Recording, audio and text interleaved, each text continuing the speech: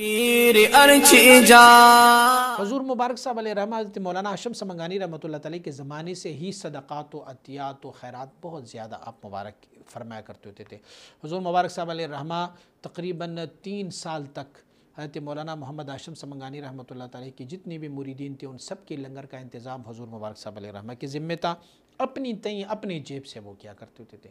کوئی اس زمانے میں کوئی تحفے تحائف اتنے نہیں ہوتے تھے، لیکن حضور مبارک صاحب علیہ رحمہ اپنی جیب سے اپنی مرشد کی سارے اخراجات، ان کی مریدین، ان کے متوسلین، آنے والے جتنے بھی لوگ تھے، لنگر وغیرہ اور وہاں پر طلبہ جو پڑھا کرتے ہوتے تھے، وہ سب کے اخراجات آپ خود برداشت کیا کرتے تھے۔ حضور مبارک صاحب علیہ رحمہ نے تقریباً اپنی زندگی میں 40 مسجدیں تعمیر کروائی ہیں، جو آپ نے اپنی ذاتی پیسوں سے 40 مساجد آباد کیے ہوئے ہیں۔ اور آپ مبارک جو ہے وہ کسی عالم کو دیکھتے، کسی مدرس کو دیکھا کرتے ہوتے تھے تو آپ مبارک ان کے لیے کتابوں کا ذخیرہ لاکھوں روپے کی کتابیں ان کے لیے پرچیز کر کے ان کو دیا کرتے ہوتے تھے۔ خاص کر سادات کی آپ بہت مدد کیا کرتے ہوتے تھے۔ سادات کو بہت زیادہ آپ مالی اور جو ان کی ضروریات ہوتی تھی وہ سب ان کو پورا کرتے ہوتے تھے۔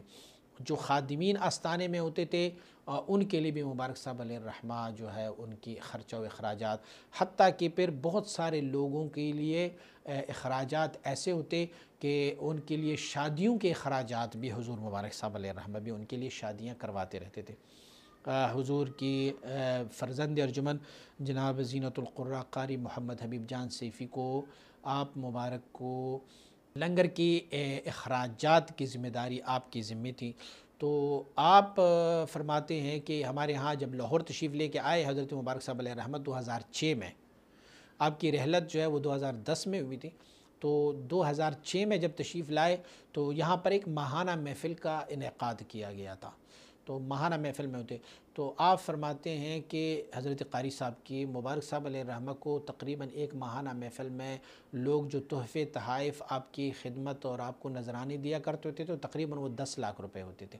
تو اگلی ماہانہ محفل آنے سے پہلے وہ 10 لاکھ پوری کا پورا خرچ ہوتا تھا، کوئی بھی ان سے بچا نہیں ہوتا تھا۔ اس دوران جمعرات اور جمعے کے محافل بھی ہوتے تھے، درمیان میں بھی لوگ آتے تھے، بہت خدمات کے تھے، وہ اس کے علاوہ تھے۔